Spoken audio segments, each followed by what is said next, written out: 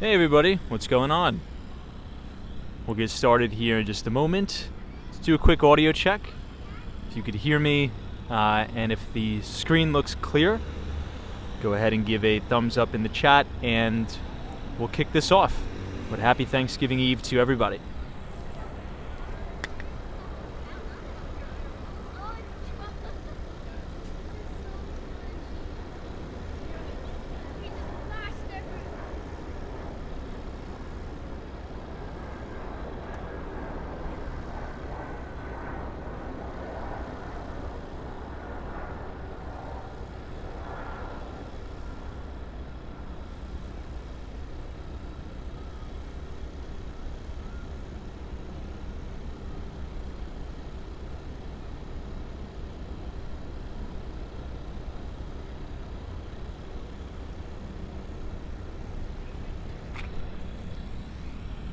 Alright, we'll get started. Well, good evening everybody and welcome back to Walks and Wall Street. Today is Wednesday, November 22nd, 2023. It's about 9:02 p.m. Eastern Time and we are reporting live from 59th Street, Columbus Circle. Now, if we turn the camera a little bit to the left, you can actually see some of the Michelin star chefs preparing the food in the Jean-Georges restaurant, which is inside the Trump International Hotel and Tower. So it's kind of cool to see all of those chefs at work doing their thing. I'm assuming it's going to be a pretty busy weekend for a lot of the culinary industry in New York, with tomorrow being Thanksgiving. So before we start, I want to wish everybody a very happy Thanksgiving Eve. Tomorrow we may or may not be live, who knows? So if I don't see you tomorrow, just know that I truly wish each and every one of you a very happy Thanksgiving, and just know that I appreciate all of the support this year throughout 2023. Everybody joining the live stream. I mean, the channel has grown significantly throughout the year, so I thank you for that. I want to express my gratitude for that, as well as all of our readers of the Behind the Street newsletter. So thank you all for that. I appreciate you. Very thankful for all of our viewers this year. We won't talk too much about the financial markets on the stream tonight. Obviously, going into Thanksgiving, I think it's appropriate just to kind of chill out for a little bit, particularly coming off earnings season. I mean, it's pretty much been nonstop every single day, doing deep dives on major companies reporting earnings. Right now, yesterday, the entire stream, we talked about NVIDIA, and NVIDIA was really the last company out of the Magnificent Seven to report financial earnings, right? And I thought the earnings report was a blowout, accelerating sales, accelerating earnings power, and we did a deep dive into that. So if you want to rewatch the earnings recap of NVIDIA, just go ahead and click the stream link for last night. But the S&P 500 rallied into the close today. But it closed sort of mid-range on the day. S&P closed at 4,556, up about 18 points. If we look at the NDX of the NASDAQ 100, the NASDAQ was also up, closing just at around that even 6,000 mark. So the NASDAQ 100 closing at 16,001, which is kind of crazy. Up 67 points, but again, closing mid-range. Yesterday we talked about these two gaps on the cash market. One on the NASDAQ 100 between 15.5 and about 15.7, and another gap on the S&P cash right at around 44.21 and 44.59. Usually, as we've explained, usually those gaps close. Almost 100% of the time, futures gaps will close.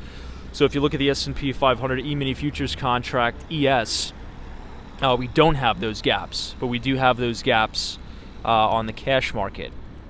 We'll check out crude oil. Lastly, before we kick things off, crude fell a little bit today, just under $1, closing at $76 a barrel. $76 a barrel, not too much.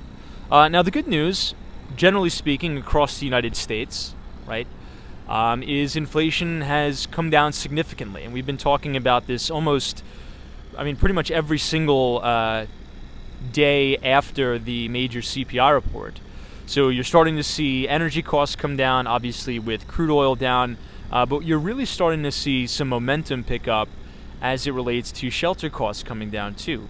So rent, traditional single family, multifamily, and commercial office prices softening a little bit. I should say a lot in other markets, which is good. This is exactly what the Federal Reserve wanted. This was their goal when they started to tighten monetary conditions. They wanted to achieve their dual mandate, which is, number one, price stability, right? And if we go back to March 2022, we didn't have any price stability in the United States. Inflation was 9.1%. We've been through this aggressive rate hiking cycle. Prices have come down a little bit. Food costs are easing, which is great. And then lastly, the second part of the Fed's dual mandate is maximum employment, although the unemployment rate is ticking up a little bit, but that is by design. All right, everybody, I'm going to go ahead and close up the laptop here. I will say hello to everybody in the chat, and then we will walk all the way. We're pretty much going to walk the parade route tonight, check things out. We'll look at all of the setup for the parade. There's probably going to be a lot of police activity tonight. NYPD, FDNY setting up the parade route. We'll check that out, and then we'll end the stream outside of 34th Street, Herald Square, outside of the main Macy's. Maybe we'll see some festivities and events there. Last thing I do have to say, obviously tomorrow is Thursday, and it is Thanksgiving. So we will not be sending out our free financial newsletter tomorrow, okay? Everybody take the day off, spend time with your family and your friends. Don't think about the market.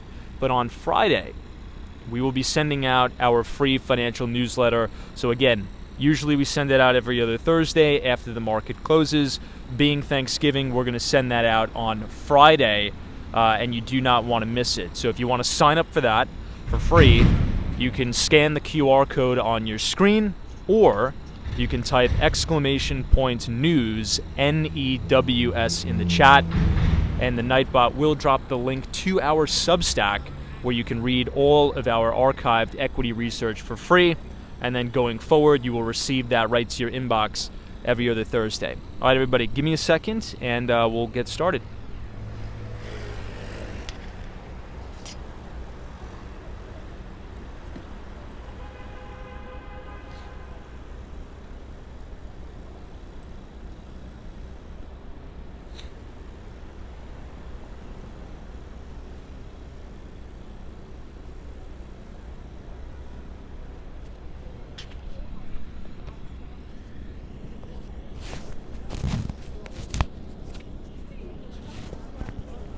All right, I'll go ahead and clip the microphone on, and we should be all set here. So once again, everybody, we are reporting live from 59th Street, Columbus Circle. We're in a little bit of a courtyard here outside the Trump International Hotel and Tower. And right in front of us, this is 15 Central Park West. This is one of the most luxurious apartment buildings in the entire city. We'll be making a little bit of a lap around the block here, and then we will head down and walk the entire parade route, which should be exciting. So let's see who we have in the chat. I see AUS Fly Girl is here, NAV407. Thank you so much for joining us. Gary Carpenter, Steph UF, Bree Grams, what's up? Western Mass Dave, good to see you. Estelle, Frank, our good friend Hawaii, Austin is here, Bren Hawthorne, Austin City Limits, all of our good moderators. What's up, everybody? It's a pleasure to see you. Hey, Atomic Punk NYC, what's up? Al Baker's here. Good to see you, Al. We'll take a little bit of a shortcut through here, and you'll be able to see a lot of the bleachers that have been being set up throughout the past couple days. This is one of the main entrances to 15 Central Park West. Once again, one of the most luxurious and sought-after apartment buildings anywhere in New York City. And a lot of hedge funders live here, a lot of financiers, a lot of major names on Wall Street in the investment banking sector, private equity, venture capital, live right here at 15 Central Park West. Now, the former CEO of Wall Street mega bank, Goldman Sachs, Lloyd Blankfein, I believe he has a residence here. Way back in the day, if anybody's a big baseball fan, Alex Rodriguez used to have one of his many residences here. And then he moved to 432 Park Avenue with J-Lo, I believe, at a specific time. But look, amazing views. This building right here is the skinniest residential apartment building anywhere in the world. It is called the Steinway Tower. And if we continue to walk, you'll see 157. And this is the first building ever constructed. Pretty much kicked off the Billionaires Row type trend here. Now we're coming up to Central Park West, and I want you to notice a lot of the police presence, right? So security is going to be pretty tight tomorrow, which it should be. You see a lot of NYPD, emergency response vehicles. You see all the barricades, and you even see bleachers for New Yorkers to sit down and enjoy the parade, which should be pretty cool. It's probably going to be pretty crowded up here, though. To be able to get a spot, or I should say a seat on the bleachers here, probably going to be pretty tough. This is the front entrance of 15 Central Park West. Now, if you go all the way up by the Museum of Natural History in the 80s, that's where they're doing the balloon inflation. I think they were inflating the balloons, almost all day today. Now, I live on the Upper West Side, so I was walking past it after work, and it's nice. You couldn't ask for a better day to inflate these balloons that are going to be flying at the Macy's Thanksgiving Day Parade. Now, if you remember on the live stream yesterday, weather was horrible. It was 40-mile-an-hour winds. It was raining. It was just absolutely disgusting weather. But I'm glad it happened, because all of that has rolled out of the city, and it's shaping up to be probably one of the best Thanksgiving days in New York City that we've ever had in a long time. It's going to be 52 degrees, bright sunshine, not a cloud in the sky, and very, very low winds. So the most perfect day for the parade. Hey, good morning is here. What's up? SME Media, always a pleasure to see you. Someone says, Tom, I'm planning another trip to New York City. Awesome, dude. Let me know when you're here. The biggest building here is Central Park Tower, and then 220 Central Park South. So let's get started. We'll essentially be walking the parade route tonight. So the parade goes straight down here. It bangs a left on Central Park South, and then it's going to bang another right on 6th Avenue, or Avenue of the Americas. So we'll check it out. We'll see what it's looking like tonight. Hey, Sarah says, wow, the skinny building was only just being finished when I was last there. Thank you for another happy memory. Yeah, the Steinway Tower is really beautiful. Now, I'm set to preview that building after the holiday, which I'm really excited about. It's one of the most luxurious buildings on New York City's Billionaires Row. But my favorite one is 157. Now, this is the Trump International Hotel and Tower. You'll see 3 distinct doors here. This one, the middle door, is the hotel. But the door on the right is for the residences. So people own condos here, and they also rent condos. So you would go in this door. But there's also one other one. It looks like they have a bunch of gift baskets for Thanksgiving for the guests, which is cool. But the third door here at the Trump International Hotel and Tower is a Michelin star restaurant, Jean Georges.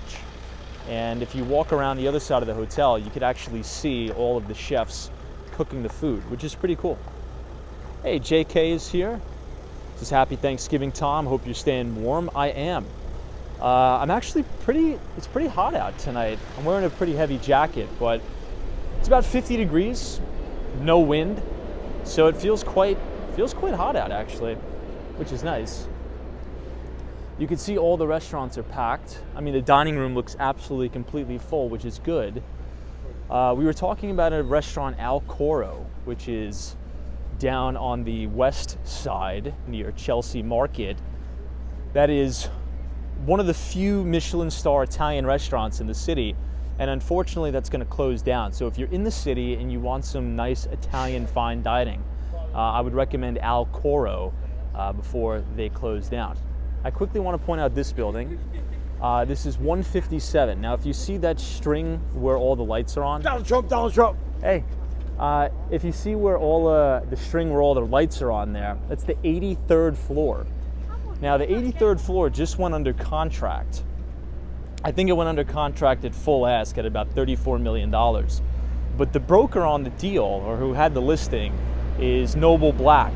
And he's one of the best, I would say one of the most successful real estate brokers in New York City. And I attended the broker open house, or the broker party there, and it was unbelievable. It was just an absolute stunning view. This is the new Ford Mustang Mach-E. Now, I heard from a buddy who's in the car dealership business that says these aren't selling well. Did anybody else hear that? Supposedly these Ford Mustangs, the new Mach-E's, are not selling well at all. So, I don't know. Looks like the NYPD may be closing down the road, it seems. Who knows? But anyway, yeah, I mean, if you guys, I think I posted a very short video of that view on YouTube. You got to check it out. I mean, the video doesn't do it justice, but 83 stories up in the full floor residence of 157 is quite unreal. Let's just say that. It's just unbelievable. You really can't even put it into words. All right, so now we are sort of walking around Columbus Circle. This building over here is now called the Deutsche Bank Towers. So the German major investment bank has vacated 60 Wall Street in Lower Manhattan, and they have taken over the old Time Warner Center. So Deutsche Bank Towers here. Again, you have Trump International Hotel and Tower here, and you have all of the bleachers that are being put up for tomorrow. So if you're watching Macy's Thanksgiving Day Parade on the mainstream, news, what is it, NBC sort of puts it on, these are going to be all the bleachers where everybody is going to be watching the parade from. So it's pretty cool. Hey, Steve B says, hey Tom, definitely don't see too many Mach-E's on the road versus Tesla Ys. You know what's, I totally agree with you. I think they look cool though. I think they look cool. I would totally buy a Tesla over a Ford.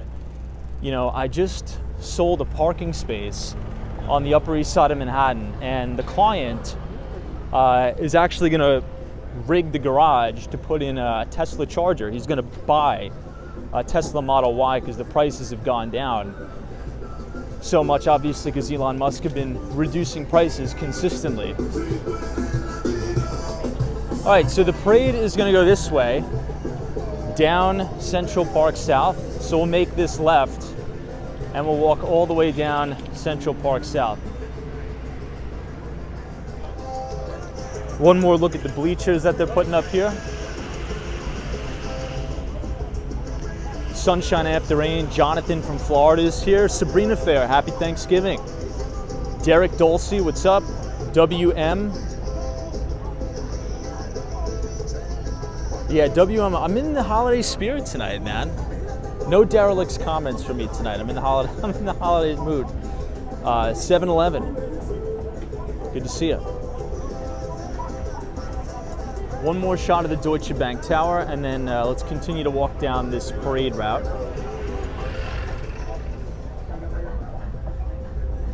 So you can see all the barricades lined up. I think this will be open to the public, so people can stand here, I think, and watch the parade, I believe. Now, we were talking about Michelin star restaurants. Right across the street is a restaurant called Maria. Has anybody been here before?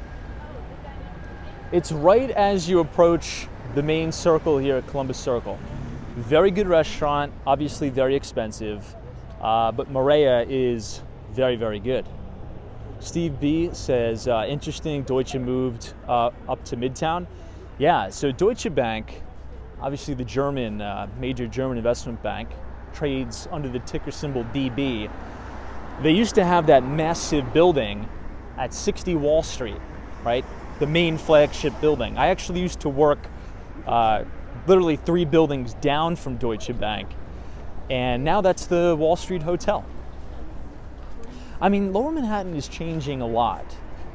It has the highest office vacancy in anywhere in Manhattan because it's more fashionable to work in Midtown and some of the newer office buildings. Right? A lot of the product in Lower Manhattan, specifically FiDi, it's old, right? Older style buildings. And those sort of Class B office towers are not doing too well. You're having a big flight to quality to Class A.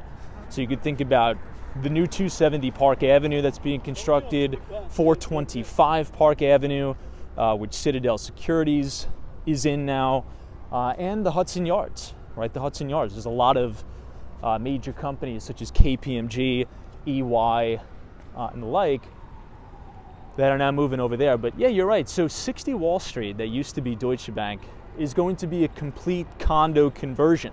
So it's going to be an office to condominium conversion, which should be a pretty big deal. I'll find out more exactly sort of how many units it's going to be and everything like that, but I don't know how well that's going to sell. That's my concern.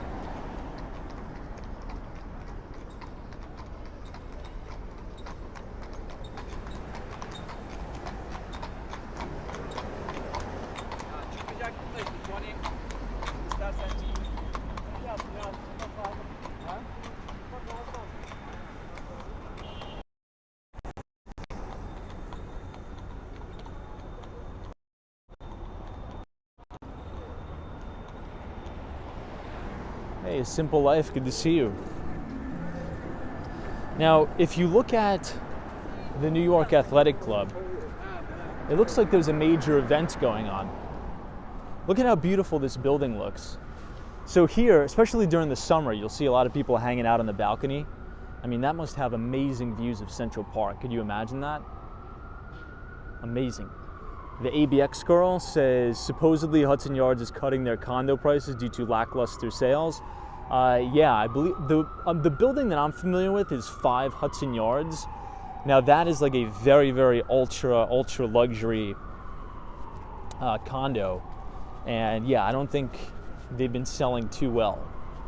But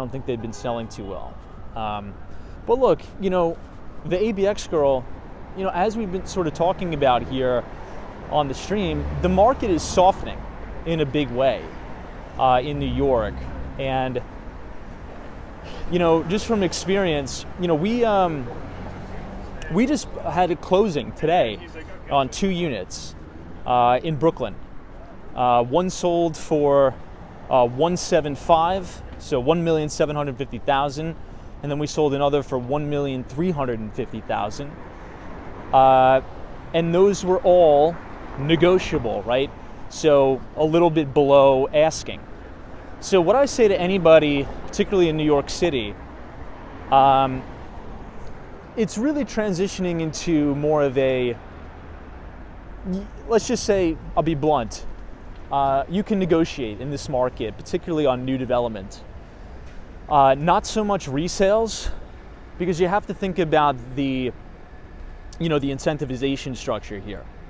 On new development, right, the sponsor, the developer, is oftentimes sitting with a lot of units, right? So if a building that you see that you like, let's say if it's only 50% sold, that means the developer is sitting with a lot of carry, a lot of overhead for the HOA, for the taxes that they're sort of footing. And probably they have, debt on the building. And now that the market is softening and things aren't flying off the shelf, well, guess what?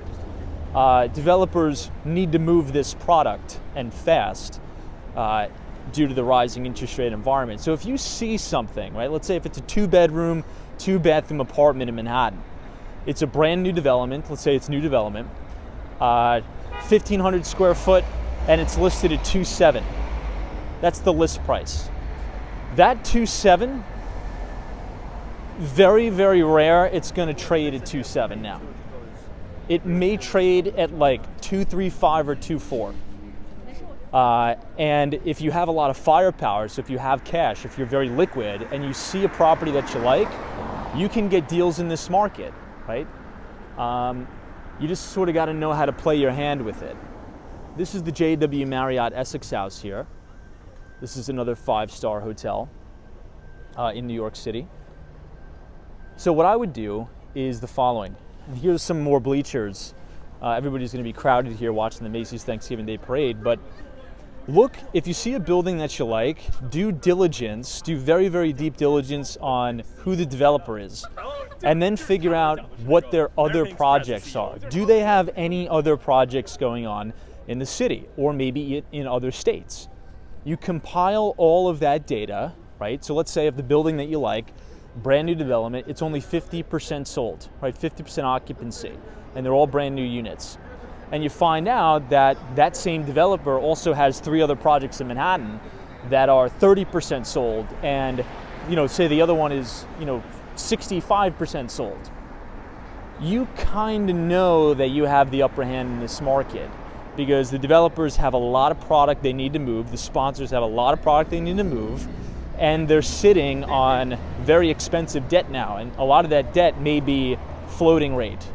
So you just got to know the developers, you got to know the buildings, you got to know, it's kind of like playing poker. You got to know what's in everybody's hand. But you can get deals in this market, and the list price, very seldom, it'll trade at the list price. It'll probably trade at a discount, and if you have cash and you're ready to close, you can negotiate a very lucrative deal for the buyer in this market.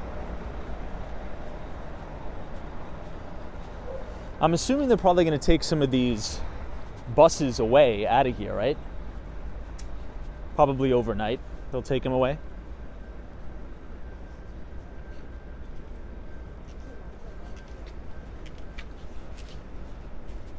We're coming up on 6th Avenue. This is where we're going to make a right. And this is going to take us all the way down to Herald Square.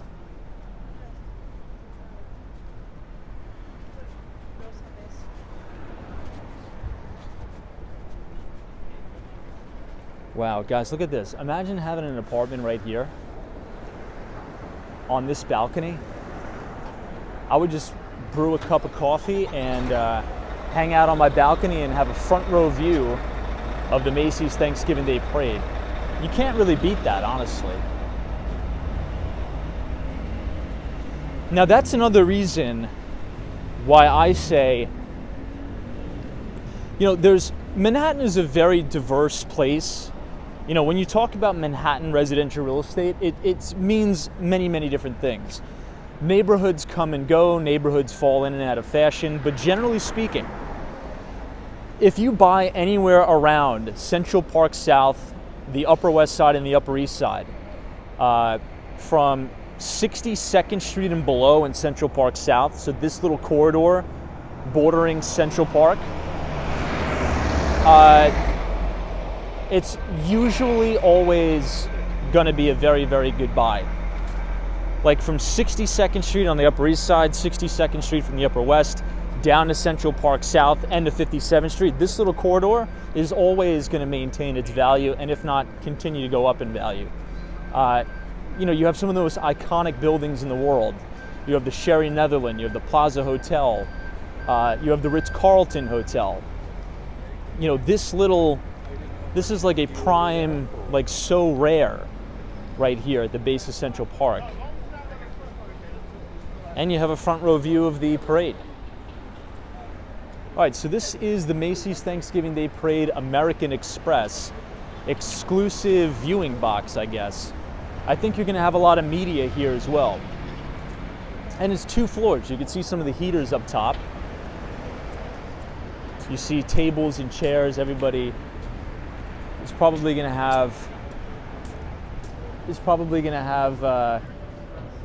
more than enough space to hang out here. You have TVs, everything. Pretty cool. And I saw a big Verizon truck here as well. Hey, dancing, what's up?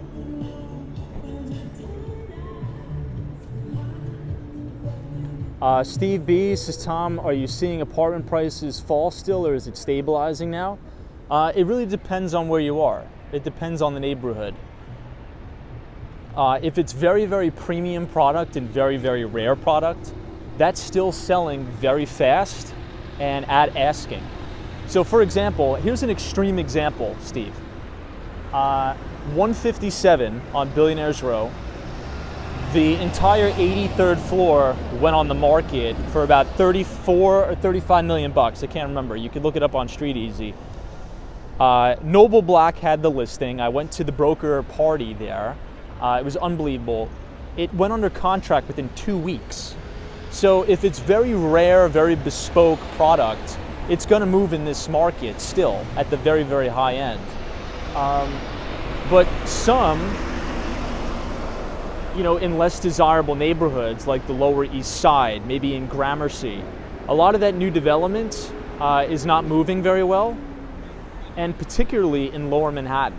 I'll give you an example of a building, and you guys could look it up if you want. You can kind of follow along. The building is called One Wall Street.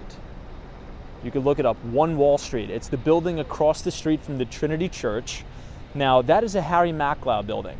So if you think about 432 Park Avenue, it's the same developer, very famous. Now, the kitchens and all the fixtures and the finishes inside One Wall Street is the same as 432 Park Ave. Here's the problem. There's over 500 units in the building. And if you're pricing a building that's 500 units at ultra high-end luxury Billionaires Row pricing, it's going to be very hard to move, because in the luxury world, people are looking for exclusivity, right?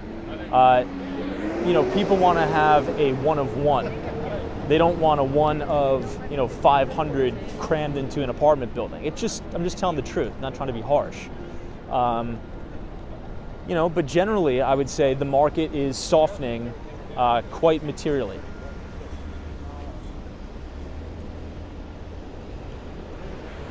All right, so the parade comes here and then makes its way down Avenue of the Americas.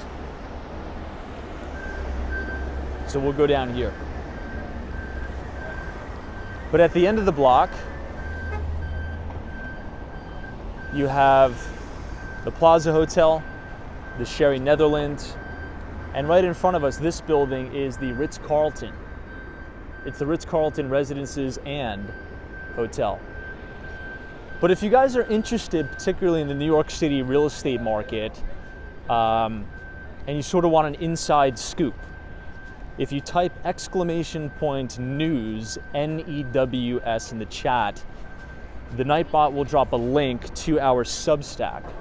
Now, we write a free financial newsletter that we send out every other week, but we do have a section in that newsletter where we break down the New York City real estate market, particularly at the high-end luxury residential market, right? And we have a featured listing every week, so you can feel free to check us out there. 75 First Avenue, by the way, I just finished filming a really amazing property tour of the penthouse. I think you guys are going to love it, and you're going to see it on Friday when it's in your inbox, because obviously tomorrow is Thanksgiving, so we're not going to send out the newsletter then.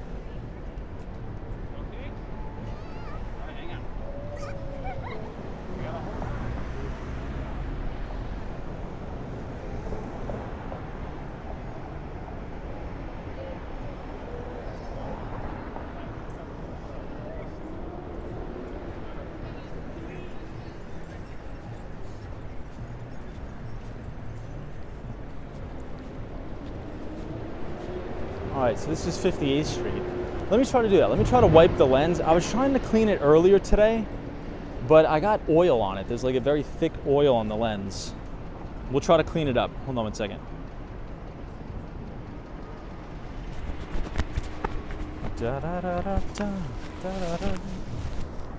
Whoops.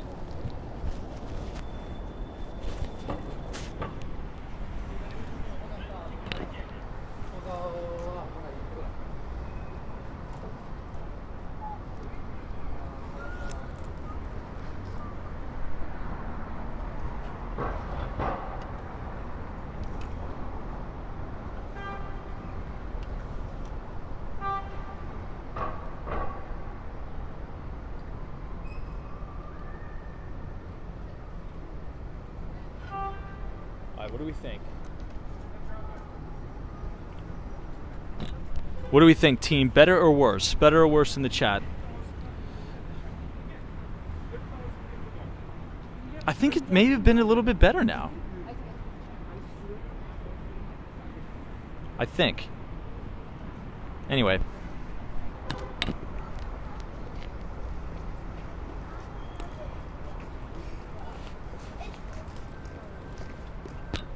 It is better? Okay, cool. Thank you guys for telling me that, by the way. I had, like, olive oil. I was cooking. And, yeah. Anyway. Hopefully that'll be a little bit better. But if you guys are enjoying the live stream so far tonight, feel free to leave a like on the video and click the subscribe button if you're new. We do these streams every night starting at 8:30.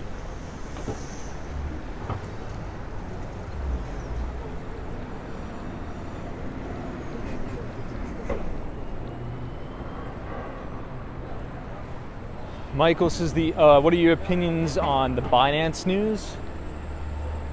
I will give you my opinion right now. But first, check this out, guys. Not to get distracted, but this used to be a restaurant. I think it was an Italian restaurant that was totally abandoned and blown out. And this was actually kind of a little bit of a sketchy corner here on Billionaires Row. But it looks absolutely fantastic now, doesn't it? They completely gut renovated it, and this place looks like it's about open for business now, doesn't it? The bar looks really nice too.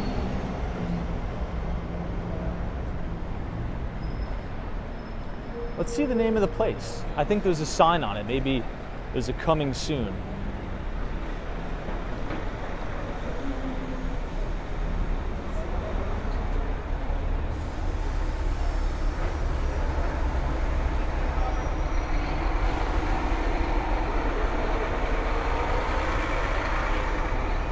Arcadia.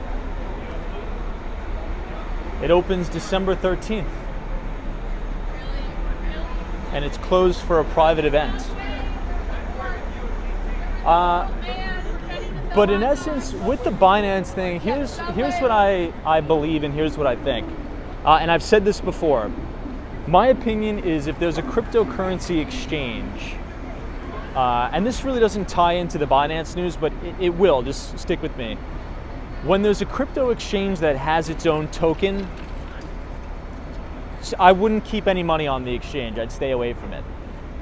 Mainly due to the fact that the SEC obviously has not made a ruling and has not been clear as it relates to security or not a security. And a lot of times, you know, these exchanges can just print and mint their own coins or tokens. And really, it's almost as if it's kind of like a big money laundering scheme. Now, allegedly, right? But FTX, right? You think of all the big exchanges that have had big blow-ups and big problems. It has all stemmed from activity, nefarious activity in their own token. So obviously, BNB, the Binance token, you know, formerly the FTX had its own token. Yeah, I wouldn't keep significant amounts of, well, long story short, I'm not a big crypto guy. I am a big Bitcoin person. I'm a big advocate for Bitcoin. And the value proposition with Bitcoin is that it's an unconfiscatable asset. It's the only unconfiscatable asset in the world, actually. So if that is the use case that I see, with Bitcoin being the only true unconfiscatable money, I'm not going to leave it on an exchange. Right? I'm not going to leave it on Coinbase. I'm not going to leave it on Binance or Binance, right? I'm not going to leave it on, you know, any of the other exchanges that are out there. I'm going to move it to cold storage and, you know, keep custody of my own Bitcoin and have my own private keys. So if it were me, I wouldn't leave Bitcoin on the exchange.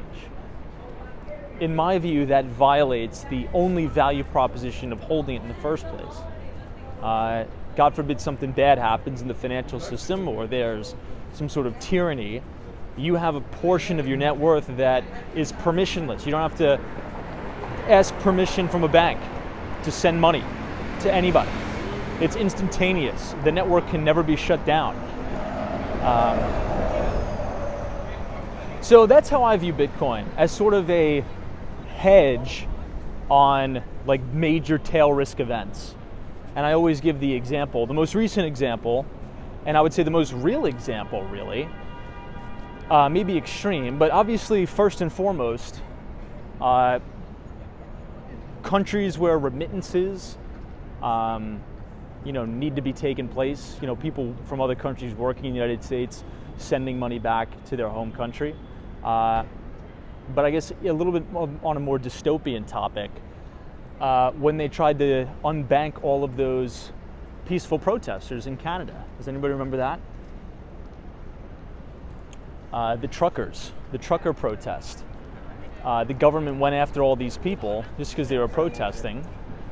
They were doxing them, essentially making sure that they could never work again, unbanking them, literally shutting down their money, cutting them off from the financial system. That can happen. So if you have a portion, like 5%, now I'm not telling anybody to go buy Bitcoin. I don't care what you do. I don't care if you own it. I don't care if you hate it. I don't care. But it's sort of a hedge against tyrannical governments, major tail risk events, and it's the only sort of malleable, unconfiscatable, permissionless monetary transfer in the world. And that's why I have an allocation to it.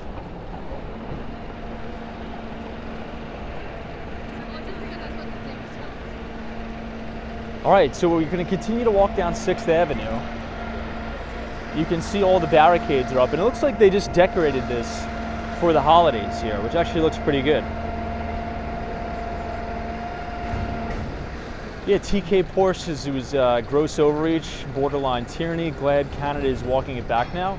Yeah, and I give Canada a lot of credit. I give them a lot of credit because the politicians are actually coming out and apologizing.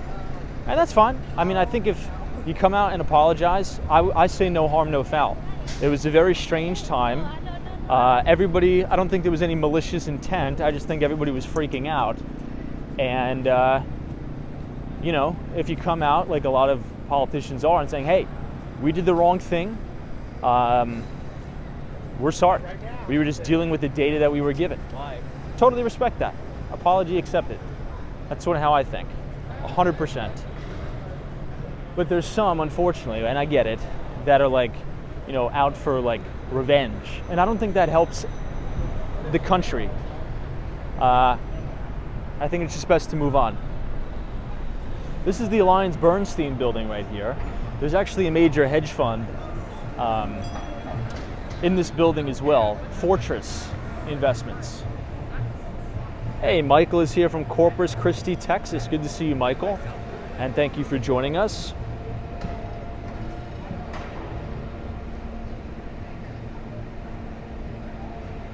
Fahim's thoughts on El Salvador's experiment. I like the experiment, but more so than, making Bitcoin essentially its money. I think what's more important is doing a very serious, harsh crackdown on a lot of the crime and the cartels that have really been, abusing the innocent people of El Salvador for decades. So President Bukele, I am a major fan of. Major fan.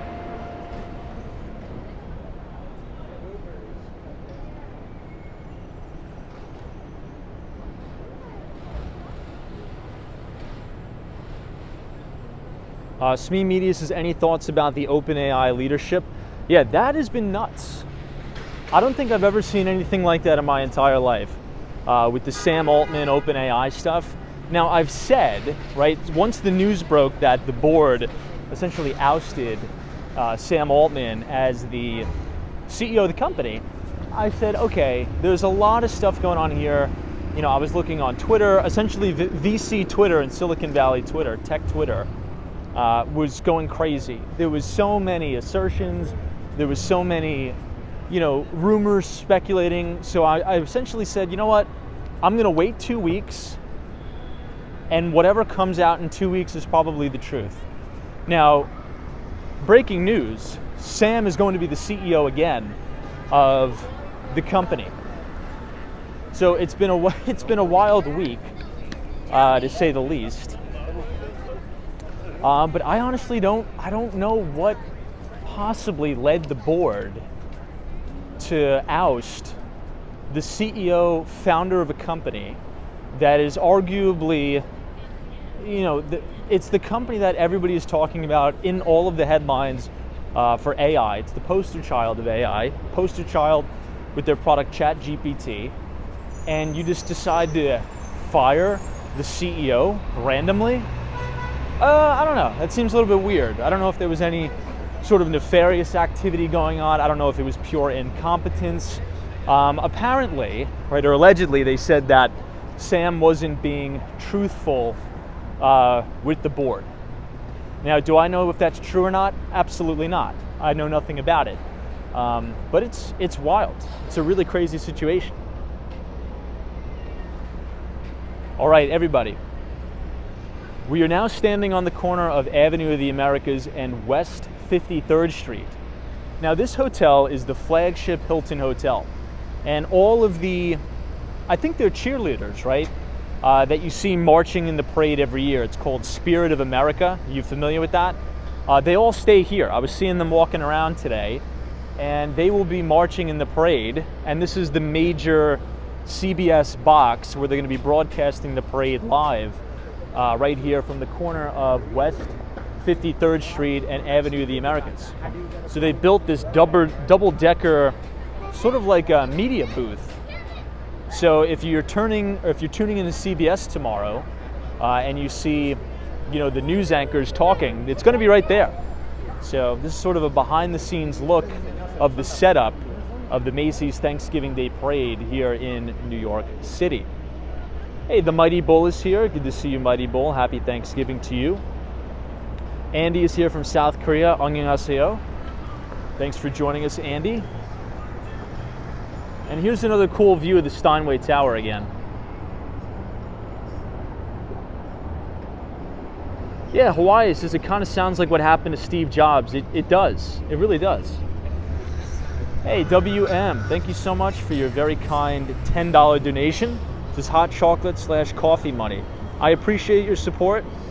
WM, thank you for watching Walks on Wall Street. And I wish you a very happy Thanksgiving. Thank you for your support. Now, I do have to warn everybody, as we walk down 6th Avenue, it's going to be very crowded. There's going to be a lot of people, and I think we may experience some buffering. So if the stream gets a little bit buffery, just refresh and we should be good in a couple minutes. But as we head towards Radio City Music Hall, the internet is not the best, particularly right on the corner of 50th by Rockefeller Center. Hey, Noah Wright, good to see you. Kathy Lyons, fascinating, is here. Welcome.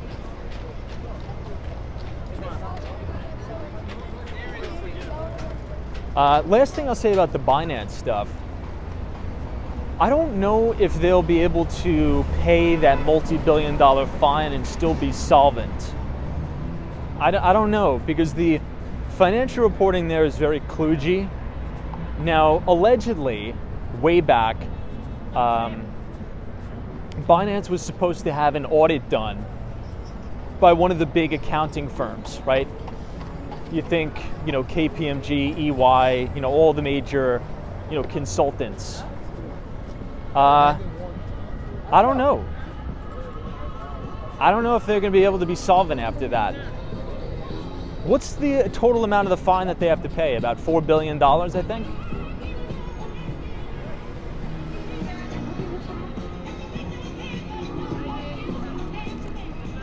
Hey, B Cruz, Tommy G is here. Hey, Tommy. Hey, TK Porsche, good to see you. But I think events like this, usually signify that the bottom is in my view, for Bitcoin. I've been attention to it when it's trading at all-time highs. Everybody's talking about it. Everybody thinks that they're going to buy it and get rich. But when it crashes and goes down, 80, 90%, really nobody wants anything to do with it. I think we may start to buffer here.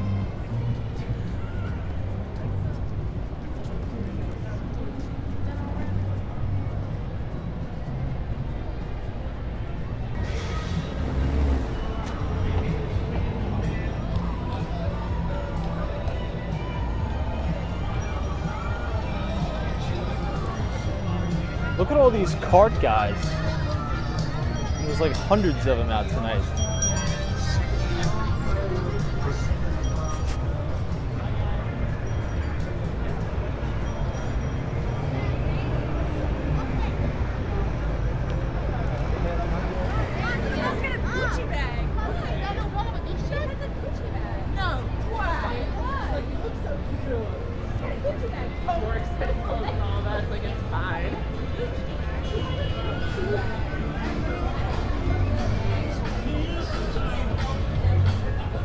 This is Radio City Music Hall. I think the Rockettes. Yeah, that's what I'm saying. The sign is here, so it gotta be here. We'll take a detour to 5th Avenue. I don't know if I can walk through this.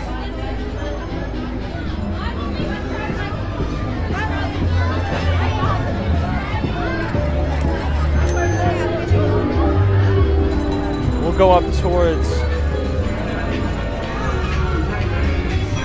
Rockefeller Center.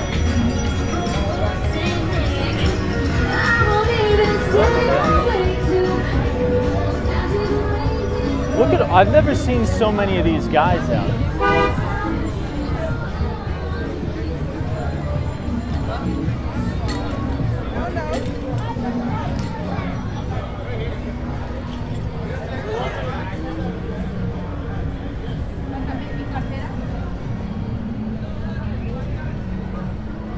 All right, let's take a detour really fast to Madison Avenue, and then we'll head down just to kind of get away from a lot of the people here. Hey, Juan Fernandez, what's up, Juan?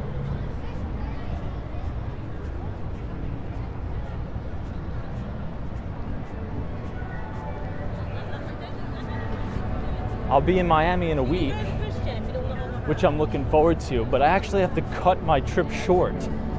I thought I was gonna be there for like a little over a week. I'm only gonna be there for 5 solid days, and then I gotta head back.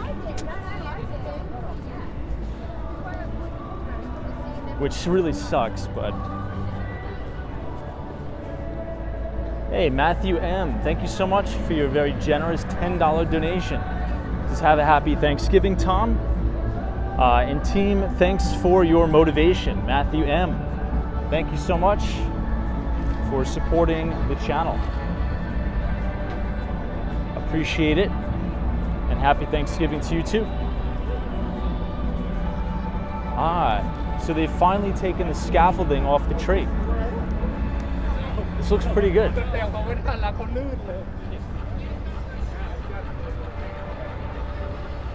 Could this be the first day that the scaffolding is down off the Christmas tree?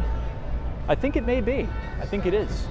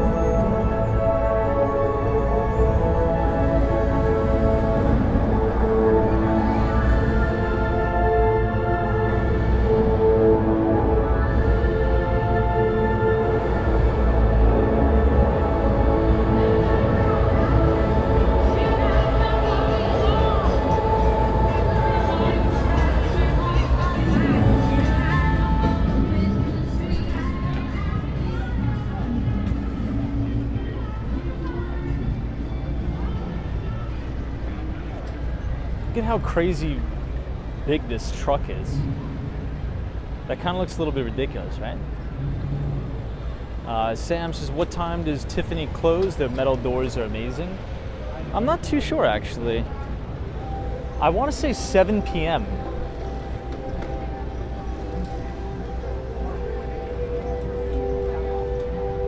Maybe we can Google it, but I think it closes at 7 p.m.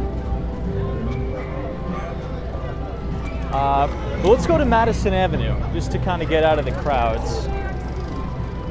This is right on the corner of 5th Avenue now. You see St. Patrick's Cathedral.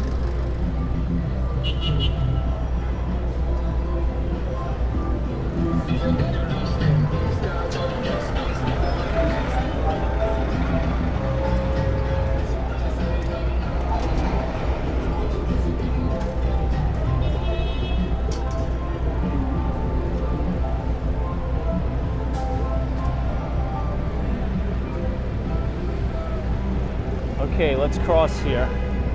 Hey, Tim, thank you so much for your very generous donation. Appreciate it very much.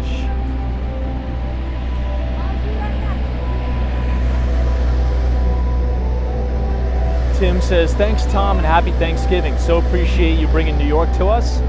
We can't be there in person. Well, Tim, thank you so much for all of your support, and I'm wishing you and your family a very happy Thanksgiving as well.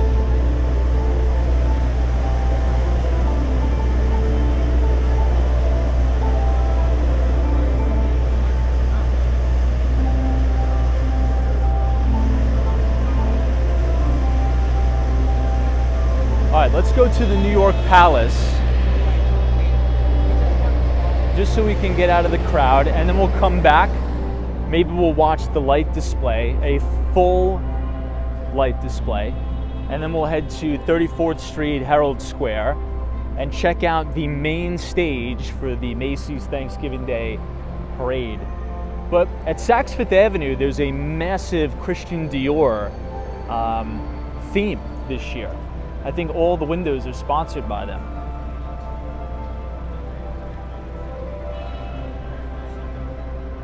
Andrea Cortez, good to see you.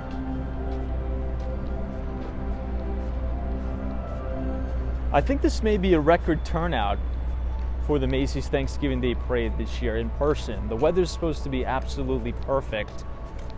50 degrees, bright sunshine, not a cloud in the sky this year for the parade. Hey, Cameron Duke, what's up? Felix S., welcome.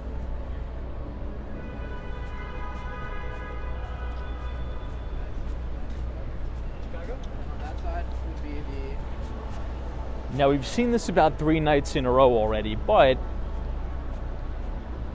I think it's appropriate to see it again because it is Thanksgiving Day tomorrow. And this is arguably one of my favorite Christmas displays in the city, right here at the New York Palace.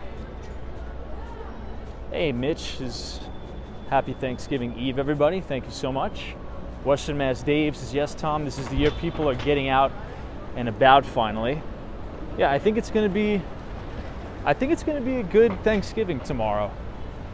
I may be up early. I don't know. I never really went to the Thanksgiving Day Parade in person. I may do it this year. I'm not too sure. What do you guys think? Now, this is 432 Park Avenue. If you remember earlier on in the stream, I was telling you about One Wall Street. They're the same developer, Harry Macklow, and 432 Park Avenue, same developer. So this is the New York Palace here. You can see the Christmas display is pretty amazing, pretty stunning. Look at that. What do you guys think of the view of the Christmas display from the New York Palace from across the street?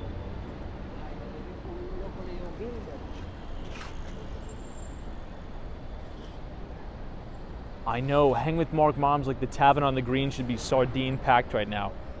That is probably ridiculously packed, and you know what else is probably ridiculously packed? Why am I blanking on the name?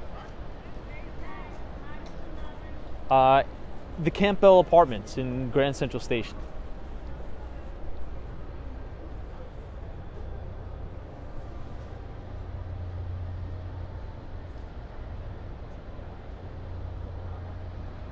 It's an amazing Christmas display they have here.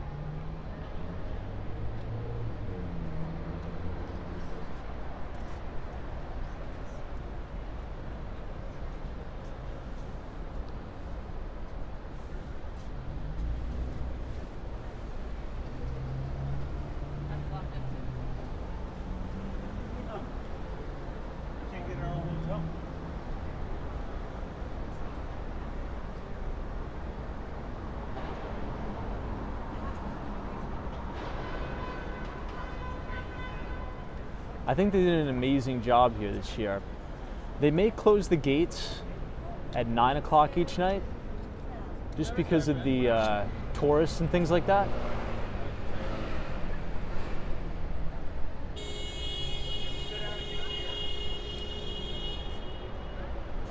Pretty cool. All right, let's head down to the main, I should say the main show.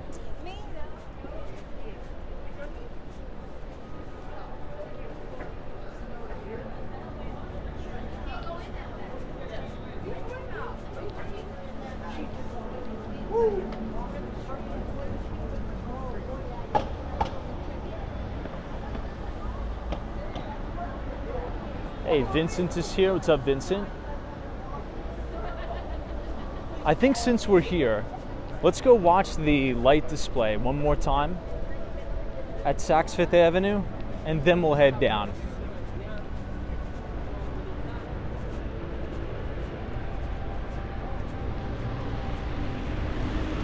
But this is Madison Avenue, a lot less trafficked. This is where my office is, but a little bit further uptown. Madison and 57th Street. Right next door to 432 Park Avenue. It's an amazing place to work just because the energy of the city is electric, particularly all up and down Madison Avenue, Billionaires Row, Park Avenue. It's amazing. It sort of motivates you to get deals done, just kind of being around there.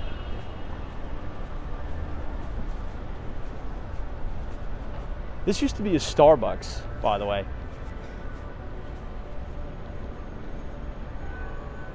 If you continue to walk down a little bit further, I'll show you on the corner here. This is 270 Park. And we have some exciting news because yesterday, or I should say 2 days ago on Monday, they had the topping out ceremony for 270 Park. So this is now completely topped out here at 270 Park.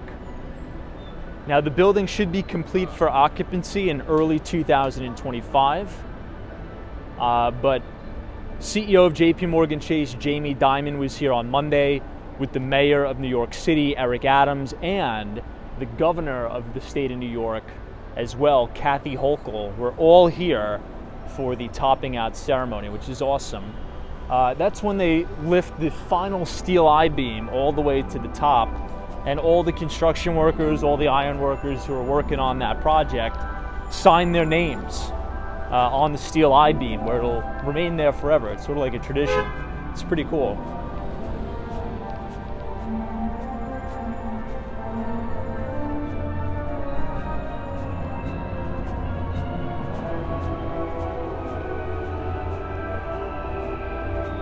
But if you guys are enjoying the live stream so far tonight, feel free to click the subscribe button if you're new and leave a like on the video. We usually go live every single night in New York at 8:30. We'd love to have you along for the ride.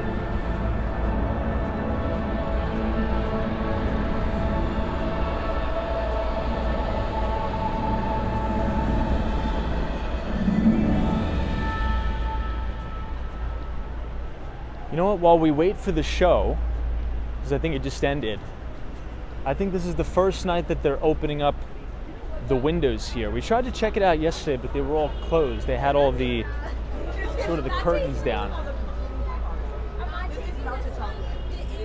What do you guys think?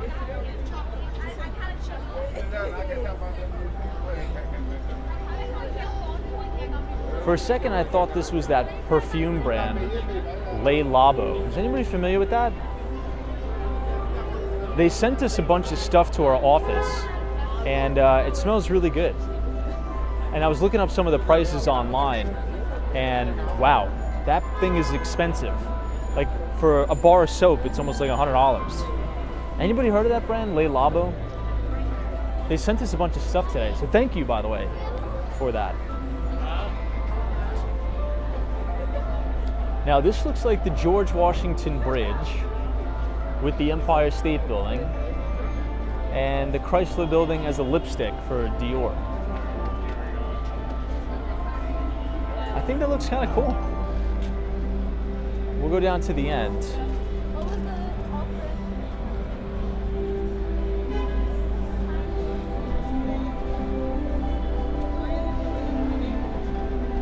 Oh wow, this is a total reenactment, or I should say a recreation of the Rockefeller Center ice skating rink.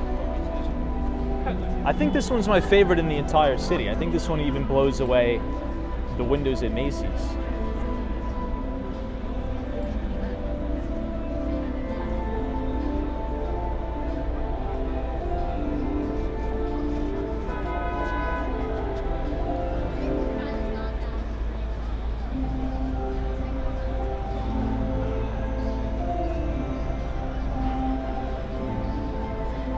Wow.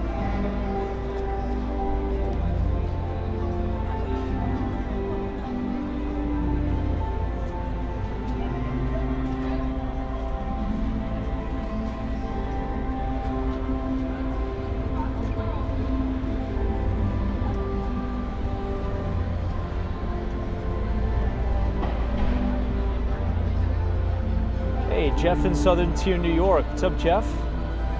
I think we all have to thank Jeff because the Christmas tree is literally right from his backyard. Well, not literally, but in his hometown. But Jeff, happy Thanksgiving to you and your family. Hopefully you're doing well. And we will, But what'd you guys think about the last window we were looking at? Where they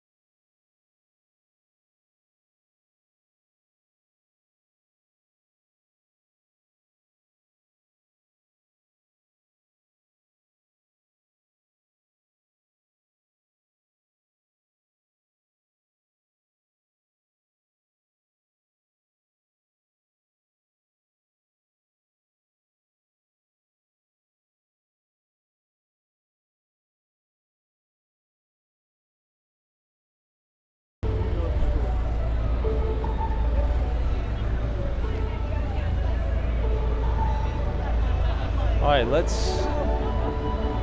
we'll walk down one and then across. Hey, Dale is here, what's up?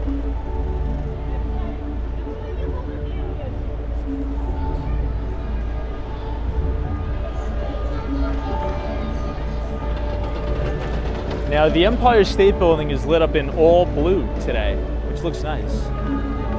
Hey, Terry, what's up? Good to see you, Terry. Thanks for joining us. All right, so now we're gonna head back to Rockefeller Center. We're gonna make a right, and by that time, we'll probably just be able to catch the display one more time.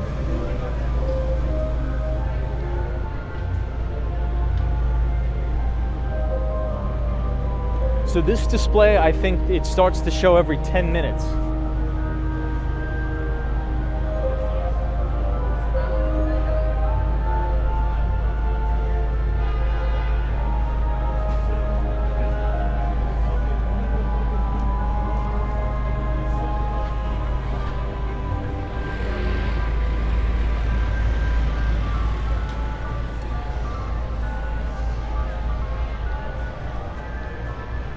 And as we saw before, the scaffolding is off the tree.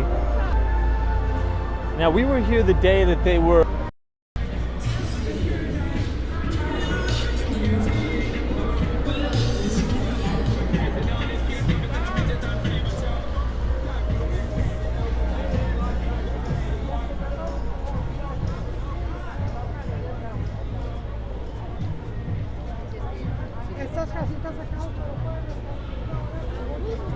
All right, this is the Christmas tree at Rockefeller Center. And the scaffolding is totally down now. But I gotta plug in my phone, the battery's gonna die. So.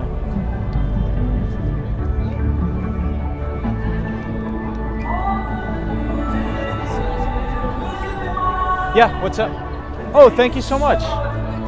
Thank you so much, appreciate that. All right, have a happy Thanksgiving. All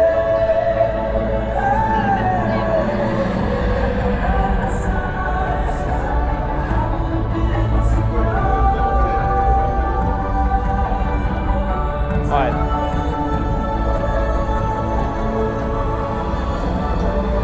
I have to plug in my phone, I'll be right back.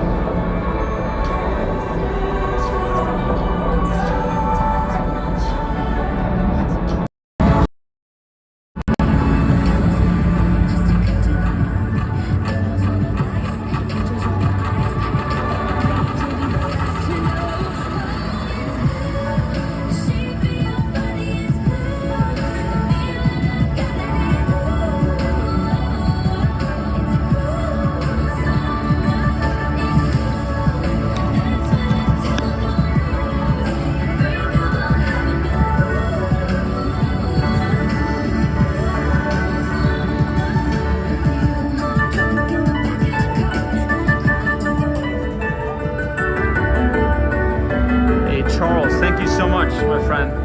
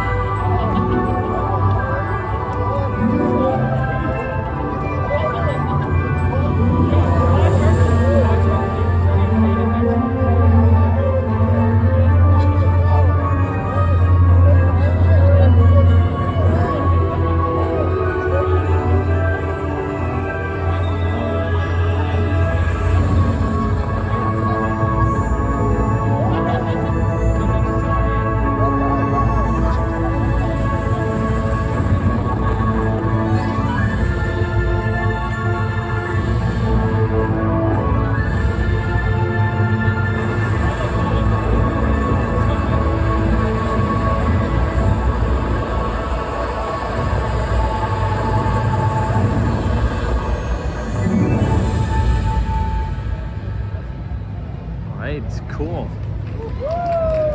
Hey, Charles Boyce, thank you so much for your $50 donation. This is a New Yorker for nearly 50 years. I live in Battery Park and really appreciate all of your walks. Yeah, thank you so much. Your videos help. Very best Thanksgiving. Never mention my donation, please. Oh, too late. But Charles, thank you. I appreciate your support, and I'm wishing you and your family a very happy Thanksgiving as well.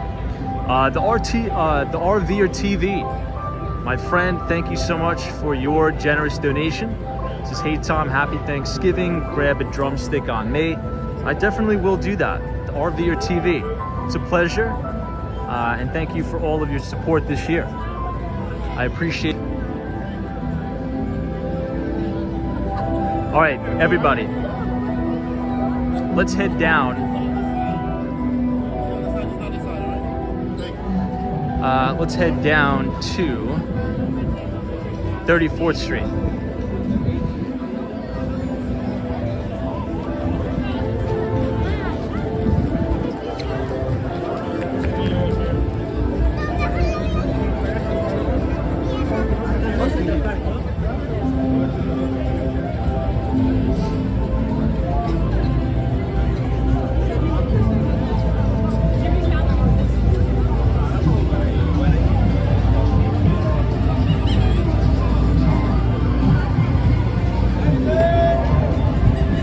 I think the buffering should have stopped, but Jonathan, thank you. The RV or TV, thank you so much, everybody. Appreciate it.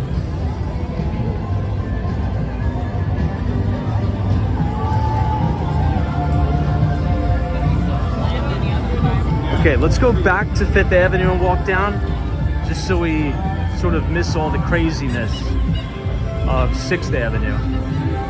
And the internet's not too good over there anyway.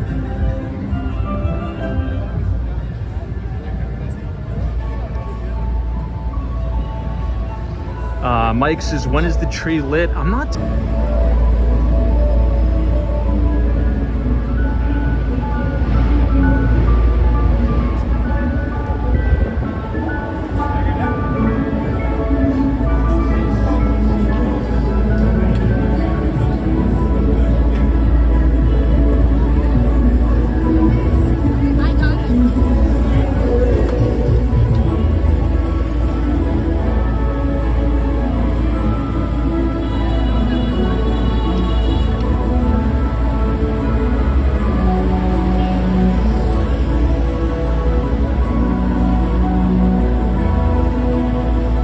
John says the tree lighting is the 29th. Thank you, John.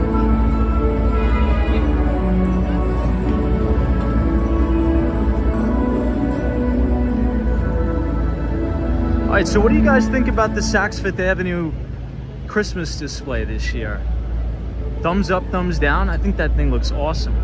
It's way better than the one last year. And it's so vivid. Like, I really have to explain that because I don't think the video does it justice. You have to come here and see it for yourself. I don't know what type of lights they're using, but it's so crisp in person. It's almost as if it's not even real. The technology for the lights must be so advanced now.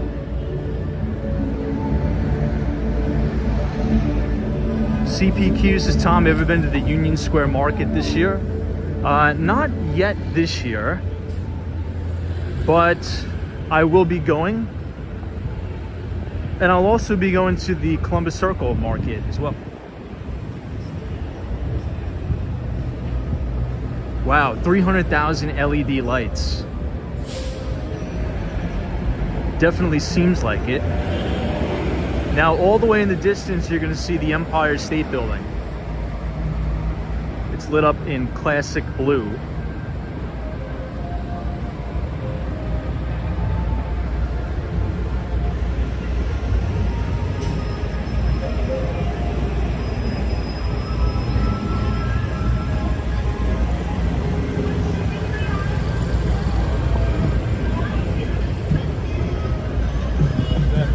Hey, the FDNY is here. The Papa Smurf OG, what's up, my friend? Happy Thanksgiving Eve to you. Hopefully you're not going to be working it. This is the Diamond District in New York City. It's good to see you.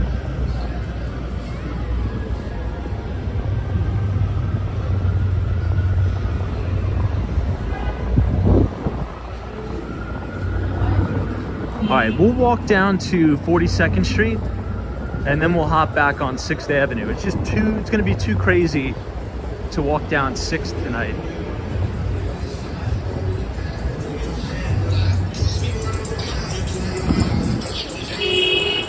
Hey, DM, good to see you. Happy Thanksgiving.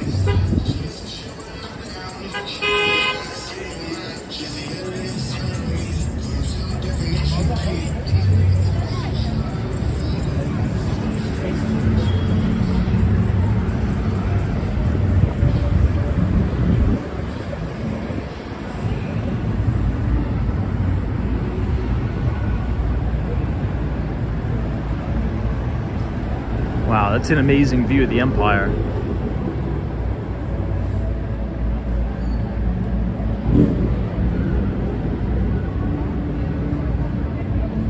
Hey, Karen Hope says happy Thanksgiving, Tom. Thank you, Karen. Happy Thanksgiving to you too. Thanks for joining us.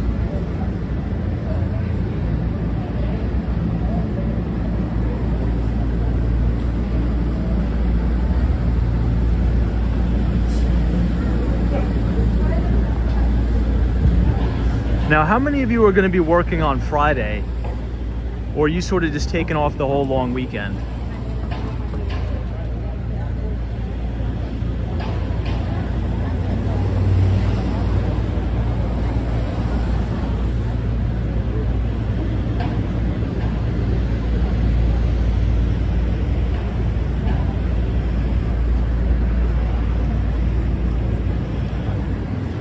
Sabrina Fair says I'm scheduled to be off, but I may work. Abyss says I'll be working. Hey, stay frosty. Happy Thanksgiving to you too. Hey, Ike Voorhees. Thank you so much for your generosity, my friend. This is currently spending Thanksgiving in Maryland. Just showing holiday love to you and everybody in the chat room. This evening, everybody have a blessed Thanksgiving. Hey, Ike, thank you so much. I'm very happy you found us here at Walks in Wall Street this year. And hopefully you're getting a lot of value out of the content we put out. And I'm wishing you and your family a very happy Thanksgiving as well. And thank you for your very kind donation. I appreciate it very, very much. You are the man. Hey, Madison 32. Thank you so much for your support. Your very generous $10 donations is to the next Jeff Green of real estate. Happy Thanksgiving, Tom. Thank you, Madison 32. I appreciate your support. Thank you for watching. And thank you for supporting.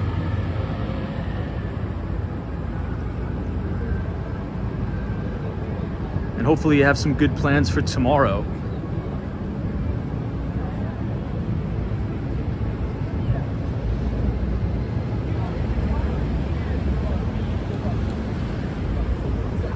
All right, you can see the Chrysler building here. And then if you look all the way up, you can see the top of One Vanderbilt. But yes, I mean, guys, I really do appreciate everybody who tunes into the live stream, who participates in the chat, who reads our free financial newsletter, Behind the Street. I do appreciate it very much. It helps more than really you could even imagine. I mean, it's been amazing for the business, particularly the real estate business. So the more you watch and share, it has a big impact. So I do want to say thank you for all of your hard work and effort this year into being diligent, showing up every night. It means a lot. So thank all of you for your dedicated support to making this stream fantastic. So thank you, everybody. Now, across the street is the Stephen Schwartzman building. Now, as we know, Stephen Schwartzman, you could think about Blackstone. Stephen Schwartzman made the majority of his money in LBO deals. So LBO stands for leverage buyout. Stephen Schwartzman is one of the wealthiest men on earth, founder of Blackstone, and he made massive donations to the New York Public Library. And Stephen Schwartzman is pretty much the reason why that library stays open through his generous donations and such.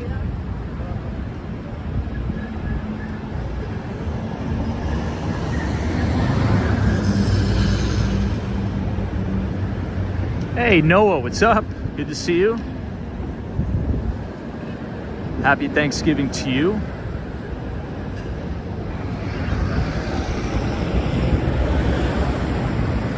And best of luck in your new job. You know, Noah landed his, I think first job out of college. Gonna be working on Wall Street right here on Park Avenue at UBS, correct? Amazing achievement, amazing accomplishment. I think you're gonna do really well, and I think you're gonna make a lot of money and help your clients. So, onward and upward. Ethan G, what's up? Good to see you. This is a good shot here. Hawaii, I appreciate it. And I appreciate the Hawaiian cookies, by the way. They've been completely demolished in our office. So the Kirsten Jordan team sends their best regards. Hey, Jonathan Richards, hey Tom, hope you're doing well and happy holidays. Happy holidays, Jonathan Richards. Happy Thanksgiving to you and your family. Brad's Brain, good to see you. Okay, let's head over to 6th Avenue again. We'll get back on the parade route.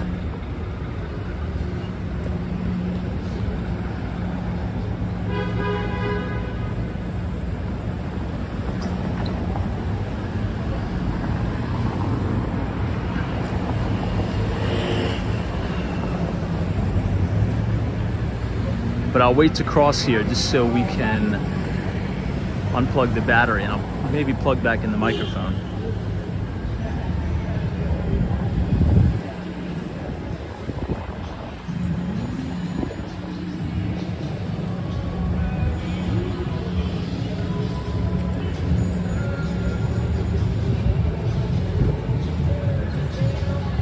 All right, let's do a quick battery check.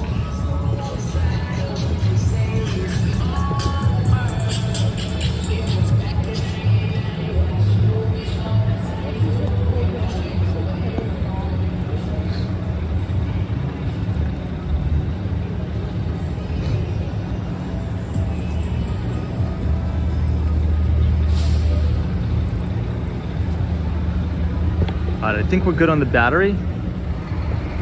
I think we'll leave the mic unplugged. It's not too windy.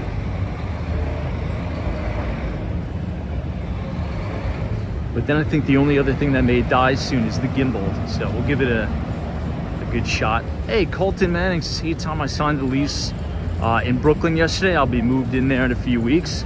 Hey, that's awesome, dude. Well, congratulations on that. What part of Brooklyn? Lots of good news in the chat tonight. Hey, congratulations on the new place. That's fantastic.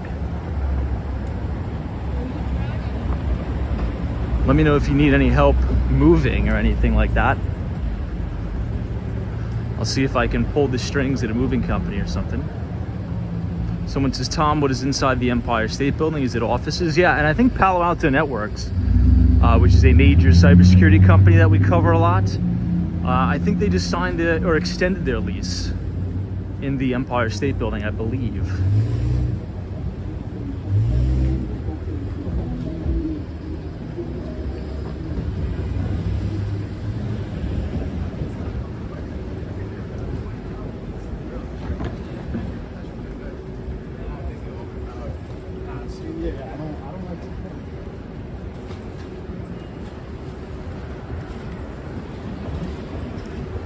Okay, we're now going to pass Bryant Park and then bang a left on 6th Avenue and head all the way down to 34th Street Herald Square, where we could check out sort of the behind the scenes look of where the main parade is going to end. I think that's where they do all their performances, which is going to be good. Hey, Janice S says, hello Tom. Thankful for you in this groups. Good to see you.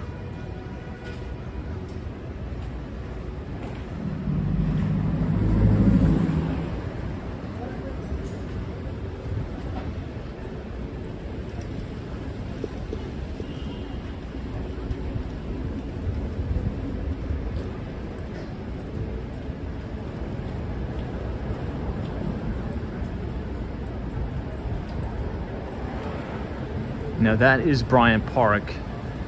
I don't think we'll have enough time to go in there tonight, just because I think this thing's gonna conk out on us any second.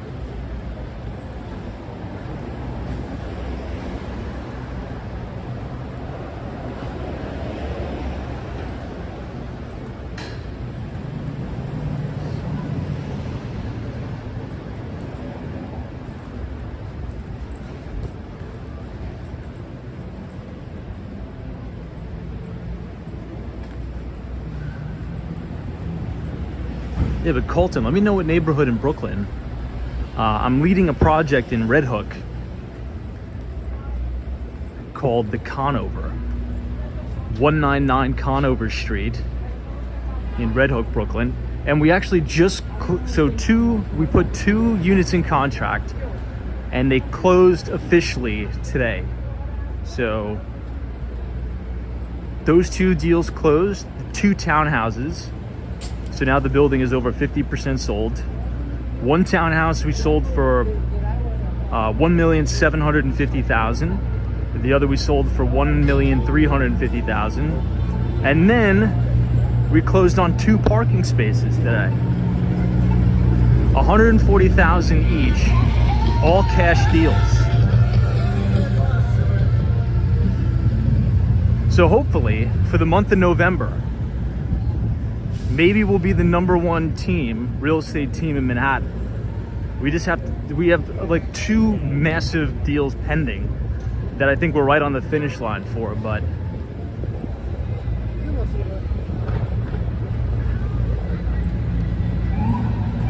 if we got the #1 spot, I'll be very appreciative for everybody. So thank you, team. In October, we were the #2 team in Manhattan. So thank you for your help. The streams give a lot of exposure to our projects.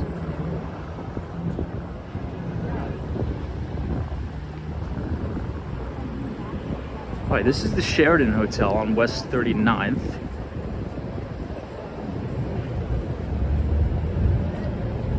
We'll make a little bit of a detour to Broadway though.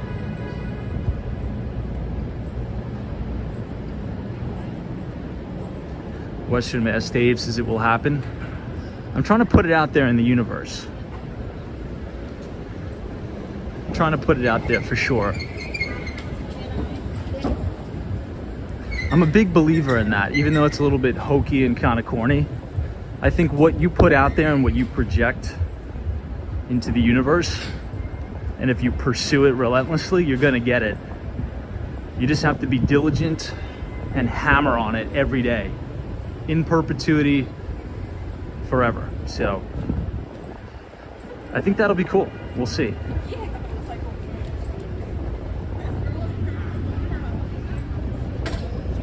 Hey, Ruben Martinez. Hey, Ruben.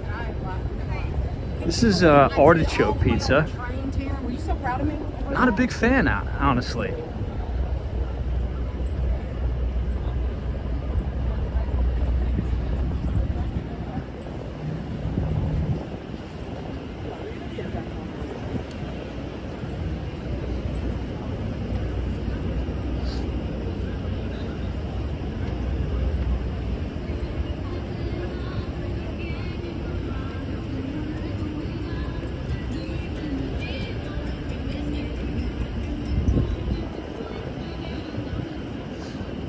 All right, almost there.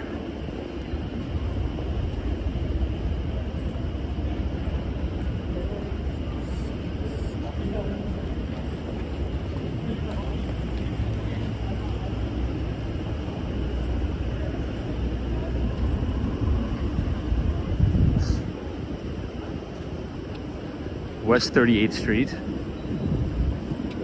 Now on Friday, at the very, very bottom section of the newsletter I'm going to send out, we'll have a highlighted property tour of the penthouse 8A at 75 First Avenue.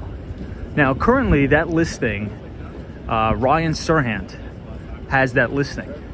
But the developer is my boss, Stefano Forsura.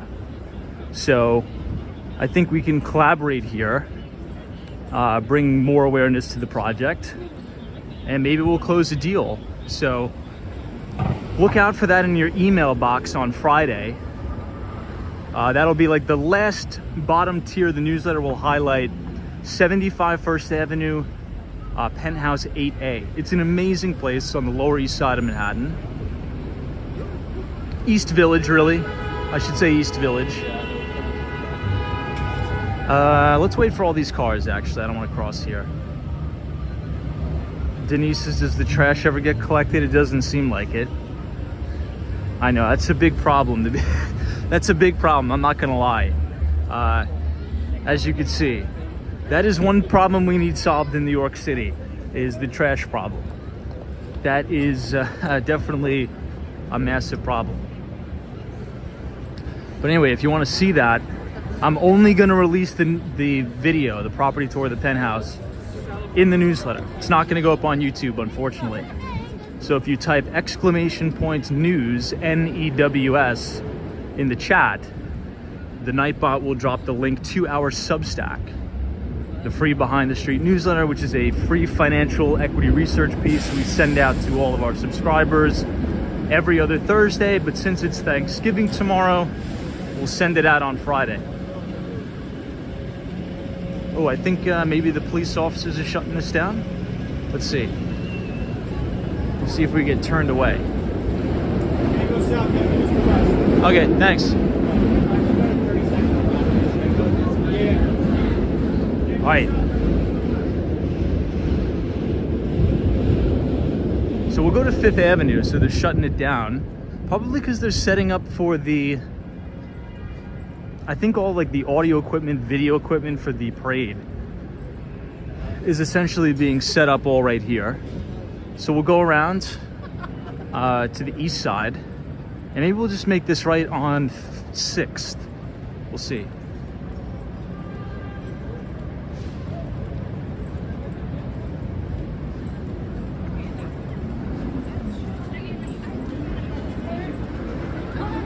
Because I want to get you guys to at least see the stage of the parade.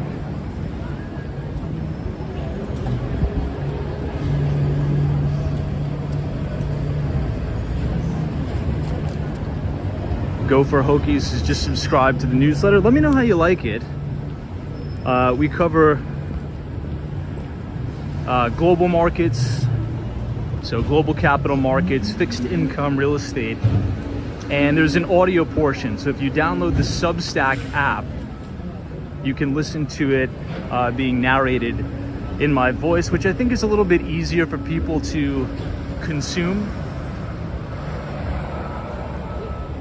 All right, this is another good shot of the Empire State Building.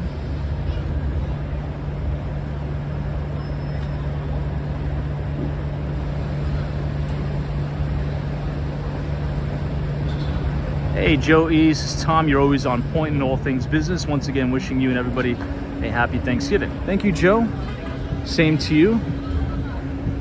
Happy Thanksgiving to you and your family. Please have a very safe and prosperous one. So you can see all the police barricades up. We'll try to maneuver our way around this. I'm just trying to figure out which is the best way to do that. Let's go this way.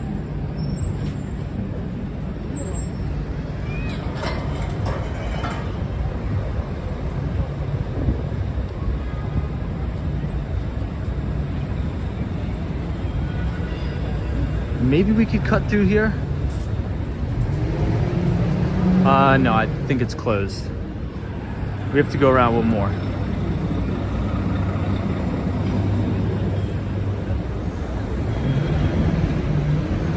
So the parade is going to go right down here. So for all of those who are just joining, we pretty much walked the entire parade route tonight. It's going to go right down Central Park West. It's going to bang a left on Central Park South. It's going to go all the way down 6th Avenue to here, right where we're standing.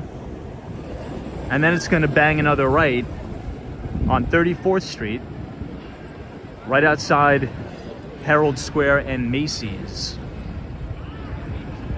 So you can see all the video audio equipment being set up here. You have Verizon Fios right outside of Macy's.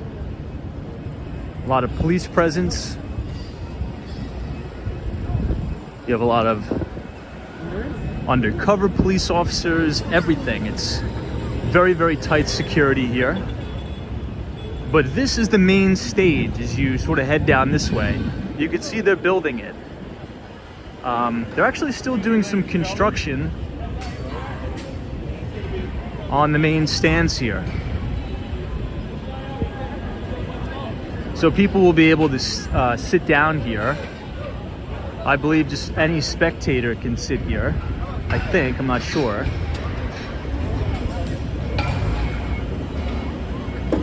And I think they're going to build it all the way down. So it pretty much looks like they're in a race against time here, does it not?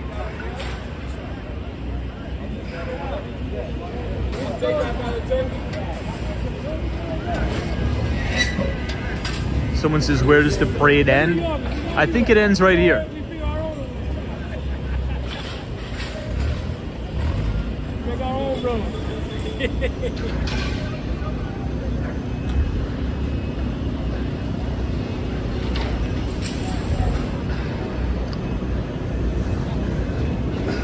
It's kind of cool to watch them build all this, isn't it?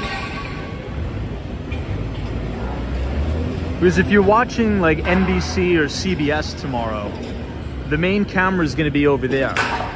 So if you're watching that tomorrow, you can kind of visualize and compare it to what it is now. This is a behind-the-scenes look of them building everything. Oh, Tropical Days is this area is only for employees of Macy's and their guests. 10-4, copy that. It's a pretty good perk, right? If you work for Macy's, you have a front row view of the parade. It's a pretty awesome perk. Not gonna lie. Hey, Joey Coffee, what's up? We walked the parade route tonight. Sort of taking a behind-the-scenes look on everything. Man, these men work at like a lightning pace. Look at that. It's crazy to think that they're going to build all of these bleachers in the next 12 hours here. That's kind of wild to think about. They're probably going to be working throughout the entire night.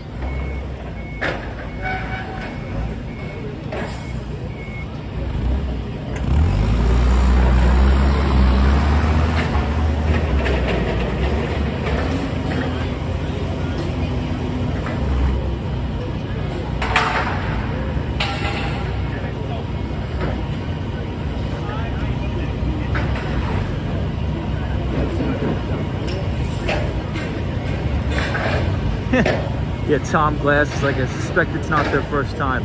Yeah, probably not their first rodeo for sure. This guy on the pitchfork thing is acting like he does this every day.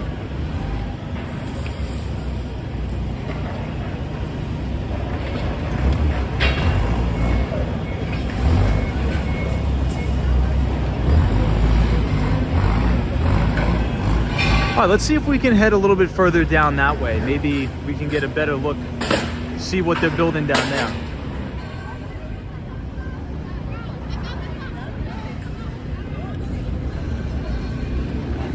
All right, let's do a U-turn. That guy had a John Jay College hoodie on.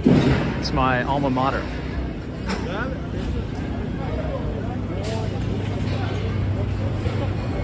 All right, maybe from here we could see the stage where, because I know the parade stops here and they do all the performance. So like all the dance performances happen right here under the Tom the Turkey.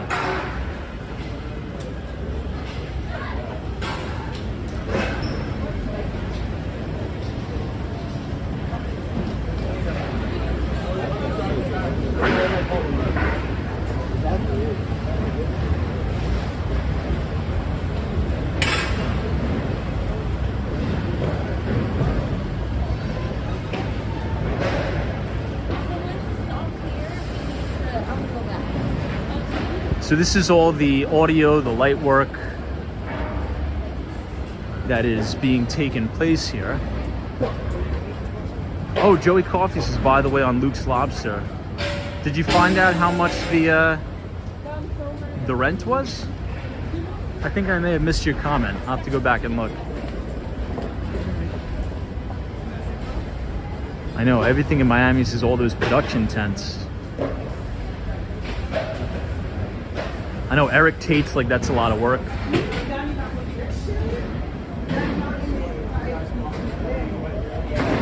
No way, Javette Perez BTS is gonna be here, really?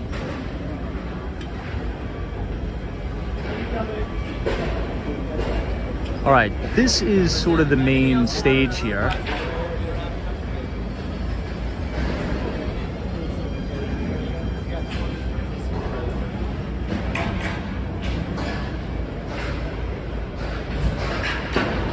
Let me see if the wide angle lens will work.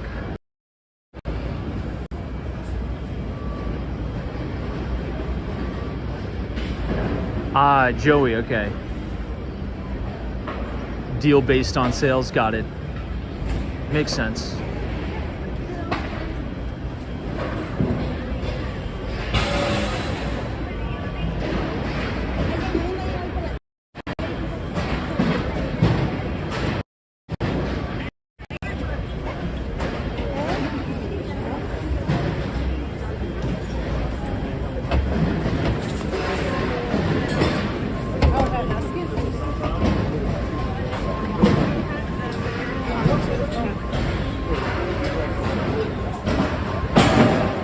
I think this is going to be the main sort of like anchor booth here. You see it?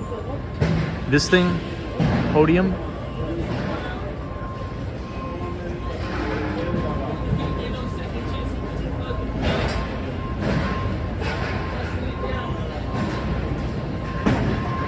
Joey Coffee's, this is probably between a $20,000 and $25,000 a month lease.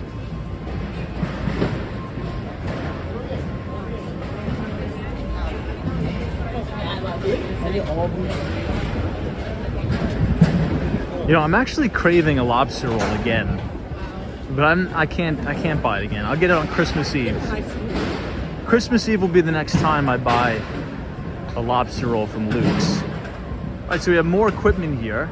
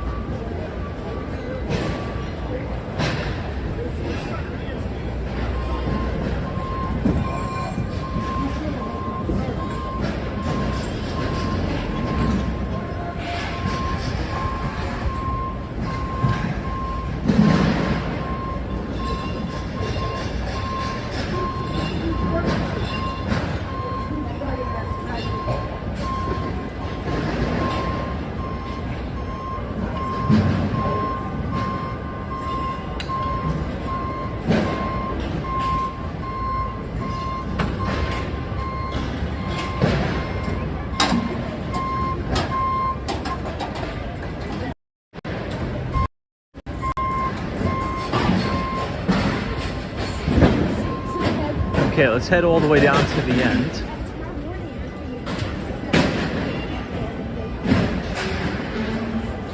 But what did you guys think of the behind the scenes look at that? I always like watching it every year. You could see them constructing the bleachers right here.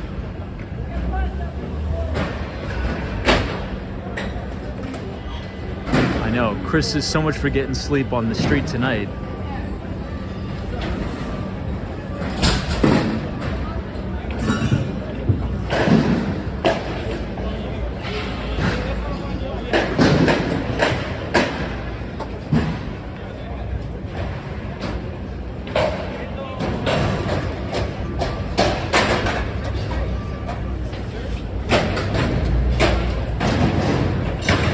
It's going to be cool to watch this tomorrow. Everything looks perfect.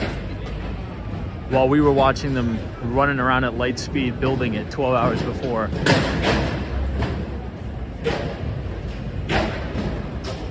Maybe we'll make this an annual behind the scenes stream. I almost find this more interesting than the parade itself, to be honest. Maybe that's just because I like the logistics of everything.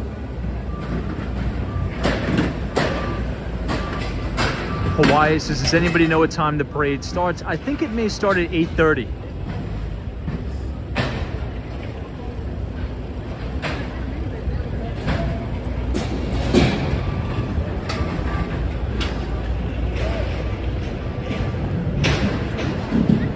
We'll go over to 7th Avenue.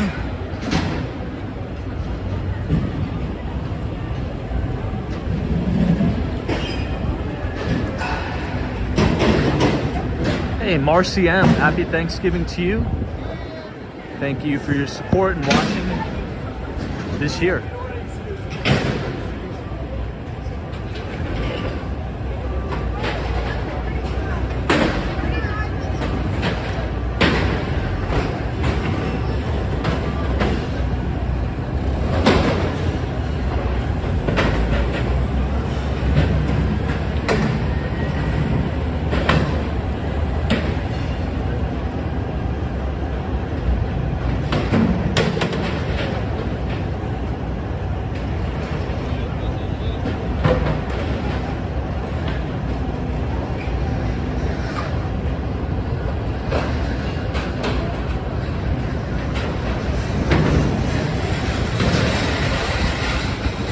Alright, I think they're starting to block this street off. So let's get out of here before they block us in.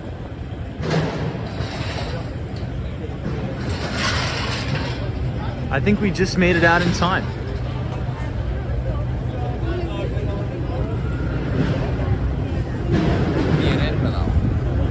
So I think this will be blocked off for the remainder of the night. Perfect timing, by the way. If we need to get to the subway.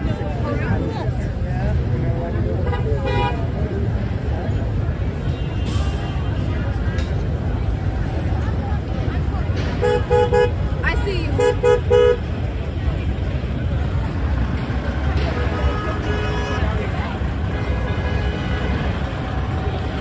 I know, Western Mass Dave, we were almost caged in there for a moment.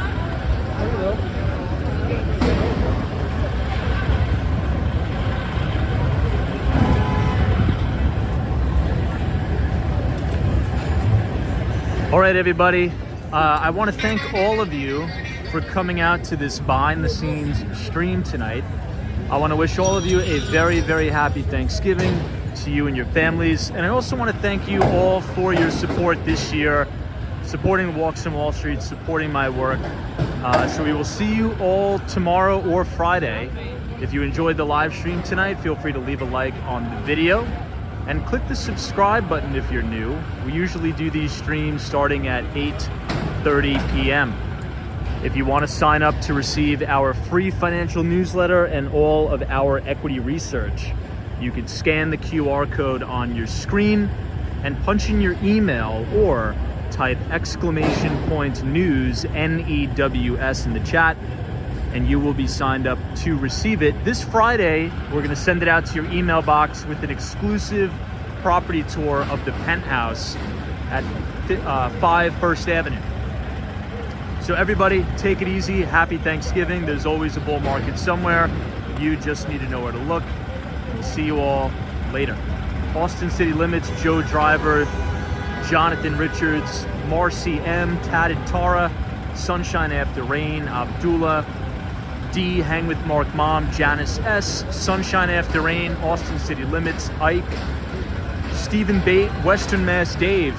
Everybody, have a very happy Thanksgiving. Joey Coffee, God bless you all, and God bless the United States of America.